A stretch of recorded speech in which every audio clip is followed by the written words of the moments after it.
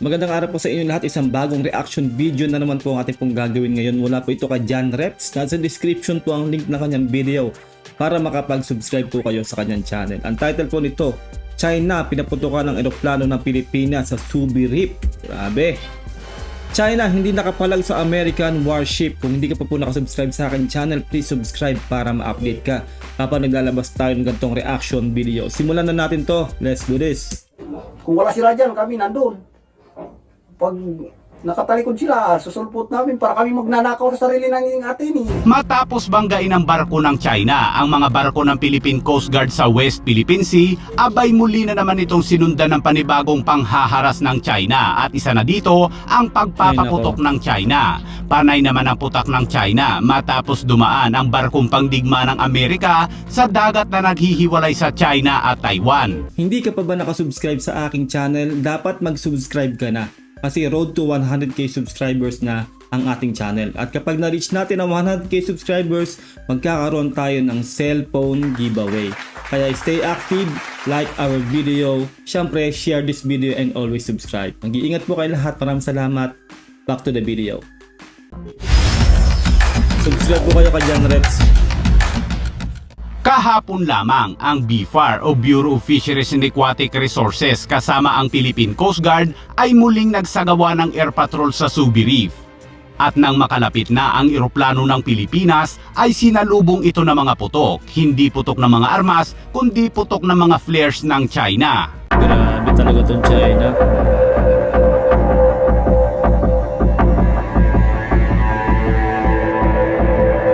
Sobrang sagad na po ang ginagawa sa atin ng China.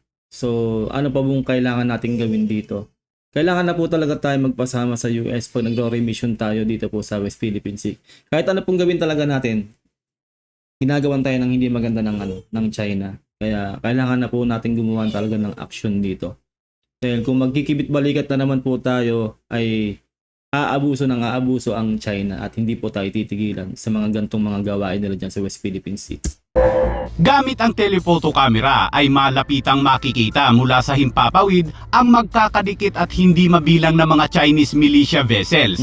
Mayroon din ditong hospital ship at makikita rin dito ang mga naglalakihang istruktura ng China. Kaya ayon kay Philippine Coast Guard Commodore J. Tariela na kasama sa Air Patrol, talagang ipakita natin sa mundo to show that China is really not hesitating, no, to disregard the arbitral award, to keep on violating the UNCLOS. at mula sa Subi Reef ay Lahat na lang po ay nilalabag ng China. Wala silang nire-respeto at binabaliktad tayo tuwing magbabalita sila sa bansa nila na tayo daw ang gumagawa ng conflict diyan sa West Philippine Sea. Pero kitang-kita naman talaga sa mga videos, mga ebidensya talaga kalat na po sa buong mundo na sila po ang gumagawa ng hindi maganda diyan sa West Philippine Sea. Real talk. Is really not hesitating, no, to disregard the arbitral award, to keep on violating the UNCLOS.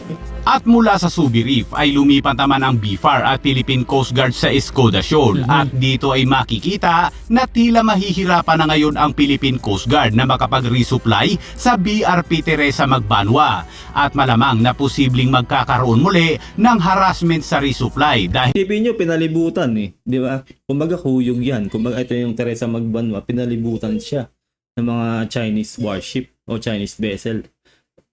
Hindi ko po alam kung ano pong discarding gagawin na po ng ating gobyerno kung magpapatuloy po itong ganito. Ay mahihirapan talaga tayo mag-resupply mission dyan sa West Philippine Sea kasi ayaw tayong tigilan ng China talaga. Real talk. dahil noong nakarang araw lamang ay mga rubber boat lang ang nakapalibot, pero kahapon ay mga naglalakihang Chinese militia vessels at Chinese Coast Guard vessels na ang nakapalibot sa Teresa Magbanwa. Intention ng China dyan, no, tuluyang harangin ang effort ng Philippine Coast Guard na magdala ng supply sa ating barko sa 9701. They're hoping na kapag napigilin nila ang Coast Guard na magdala ng supply sa barko, it will force us na i-pull out. Ayon kay Tariela, hindi niya dapat magpakampante upang huwag makuha ng China ang Escoda Shoal. Dapat lang magpakampante kasi teritoryo natin yan, hindi dapat mapunta yan sa China at wag na wag tatanggalin yung mga barkong yan, lalong-lalo na po yung BRP Sierra Madre. At ayan din, Teresa Magbanwa ay wag pong tanggalin din yan. Kahit pong pinapalibutan po, isipin nyo lang, ayan na lang, kitang-kita, 1, 2, 3, 4, 5, 6, 6. Ito yung Teresa Magbanwa. Isipin nyo, talagang binabantayan ng China ang barkong yan na nasa teritoryo naman natin. Higit na mas malapit sa Palawan at para hindi matulad sa Mischief Reef na ginawang artificial island ng Correct. China na mayroong military base. Pero ang China ay muli na namang bumanat at sinabing tila permanente nang nakaistasyon sa Escoda ang isang barko ng Philippine Coast Guard na pareho sa ginawa noon ng Pilipinas kung saan isinadsad nito ang BRP Sierra Madre sa Ayungin Shoal noong 1999. Kaya sinabi ng China na dapat nang alisin ng Pilipinas ang BRP Teresa Magbanwa sa Escoda. Putot nyo, hindi pe pwede yan. Ha? Kahit anong mangyari, hindi tatanggalin ng Pilipinas yan dyan. Dahil pag tinanggal ng Pilipinas yan dyan, wala na. Gagawa na rin nila ng artificial island dyan malamang. Yun po mangyayari dyan.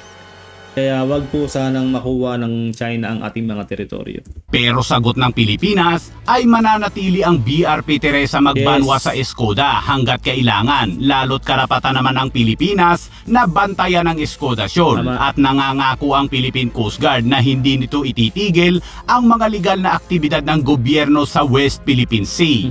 At kahapon pa rin, habang naglalayag ang dalawang barko ng BFAR patungo sa sandbar sa Pagasa, ay gumawa ng isang delikadong maniobra ang isang Chinese militia vessels kung saan binuntutan at tinabihan nito ang BFAR vessels habang nagre-radio challenge ang China Coast Guard Vessels 5103. This is China Coast Guard vessel 5103. Your vessels have entered the area near Chinese station Jiao.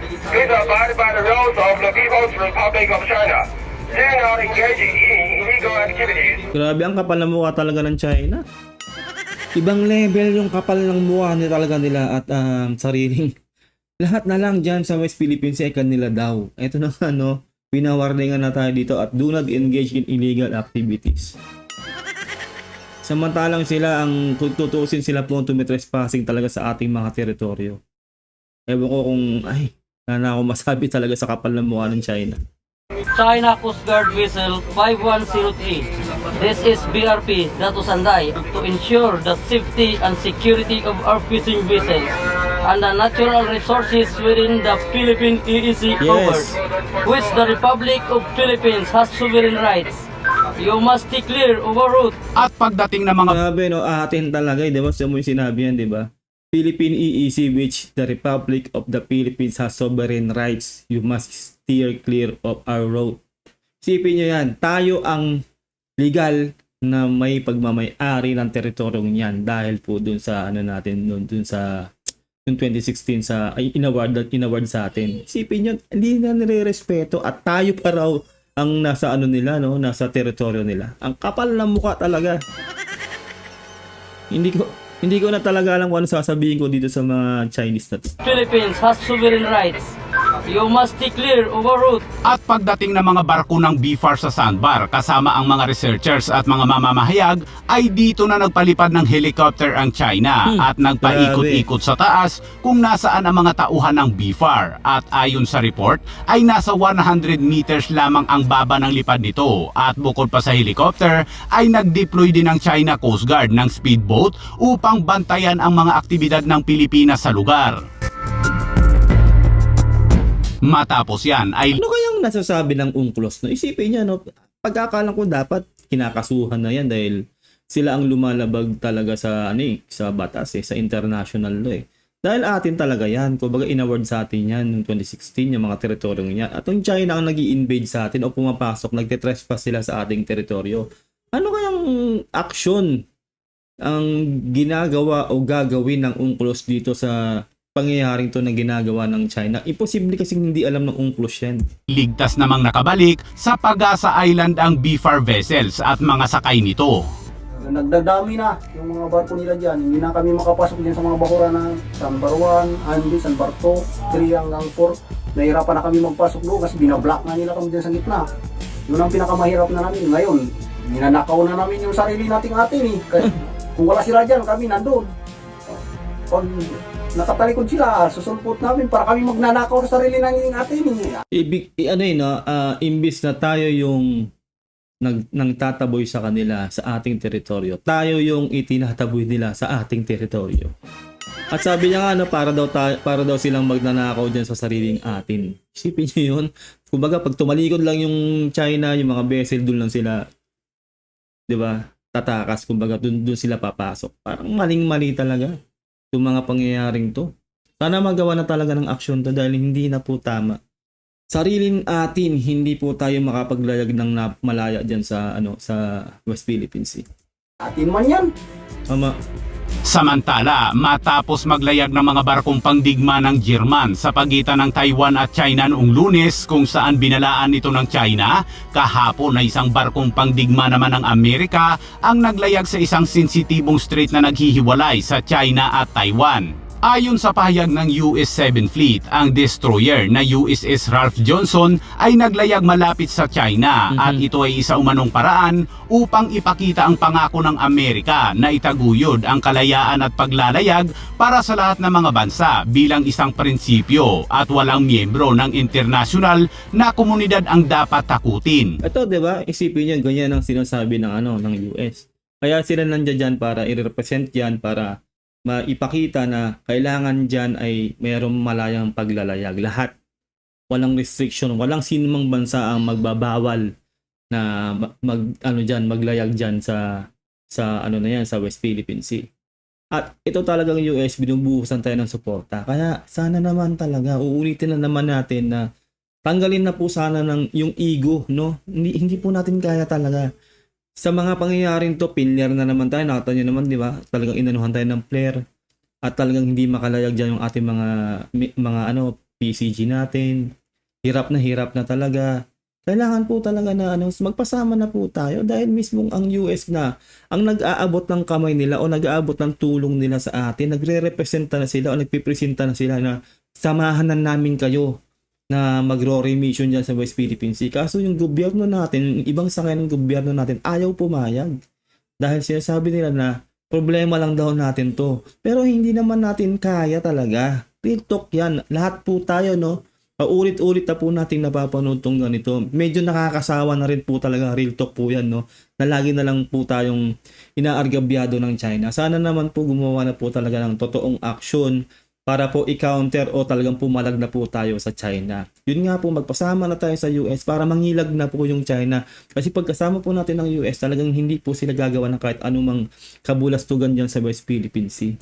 At walang miyembro ng internasyonal na komunidad ang dapat takutin. Ngunit sinabi ng tagapagsalita ng PLA Eastern Theater Command na si Senior Colonel Lisi sa isang pahayag na iniulat ng Xinhua na sinusubaybayan umano nila ang pagtransit ng American warship sa kanilang teritoryo at idinagdag na ang PLA Eastern Theater Command ay nananatiling nasa mataas na alerto at determinadong pangalagaan ang pambansang soberanya at seguridad, gayon din ang kapayapaan at katatagan ng rehiyon. Grabe, no, ang sipag-sipag ni Xi Jinping o ng China, particularly na bantayan ng teritoryo na may teritoryo at manakop dyan sa West Philippine Sea. Samantalang ang kanyang mga mamamayan, no, kanilang mga ordinary mamamayan ay hirap na manirahan sa bansang China. Karamihan po talaga ay nagmamigrate na sa ibang bansa dahil wala po silang kalayaan talaga sa bansa nila. At syempre po mga taxpayer po yung mga yun. Sipin nyo yung tax nila napupunta lang dito sa ginagawa na to ni Xi Jinping na manakop dyan sa West Philippine Sea. Hindi inuuna yung kabuhayan ng mga mamamayan ng China. Kaya sinasawaan na talaga tong si Xi Jinping ng kanyang mga mamamayan. Nakita nyo naman po yan sa nakaraang reaction video ko, no. Ilalagay ko na lang po dito sa end credit natin yung para mapanood nyo kung di nyo pa napapanood yun. Grabe itong ginagawa ng China sa atin. Sobrang hindi na po makatao dahil hindi na po tayo makapaglayag ng malaya dyan sa mismong teritoryo natin. Ang USS Ralph Johnson ay isang Arleigh-Burgh-class guided missile destroyer na kinomisyon noong 2018. Hindi basta-basta ang destroyer na ito dahil pagdating sa armaments ay nagtataglay ito ng isang 127mm MK-45 Mod 4 lightweight gun at isang 20mm palang Swiss gun at 4 na 12mm caliber machine gun. Sa missiles naman ay mayroon itong 96 total cells ng MK-41 vertical launching system, RIM 66M surface-to-air missiles, RIM 146 surface-to-air missiles, RIM 171A standard ARAM, RIM 161 anti-ballistic missiles, RIM 162 SMM quad pack, BGM 109 Tomahawk cross missiles at RAM 139 vertical lance Astro. At sa torpedoes naman ay mayroon itong dalawang Mark 32 triple torpedoes na mayroong Mark 46, Grabe no, kargado. Ibang level. Mark 50 at Mark 54 lightweight torpedo. Putak ng putak ang China sa tuwing may mga dumadaang mga barkong pangdigma ng ibang bansa sa pagitan ng China at Taiwan. Tama. Pero hanggang putak na lang palagi ang China at takot namang gumawa ng mga hakbang laban sa mga barkong pangdigma ng ibang bansa. Ganyan ng China pag alam nilang matindi at gumaganti yung mga bansang dumadaan diyan, tulad ng Japan, ng Vietnam, hindi nila basta mabuli-buli. Tayo lang talaga yung sagad-sagad na po talaga. Sobrang nakakainis na yung pambubuli nila dyan sa West Philippine Sea. Sana po magawa na talaga ng gobyerno natin ng paraan yung pambubuli sa atin ng China. Ayun lang po, natin po nagawa ng reaction video. Ang napakagandang video na to ni John Ref. Mag-subscribe po kayo sa kanyang channel. Nasa description po ang link ng kanyang video para makapag-subscribe kayo sa kanya. Subscribe din sa akin channel, like this video kung gusto nating reaction video. Ingat po kayo lahat. Till next time, God bless and peace out.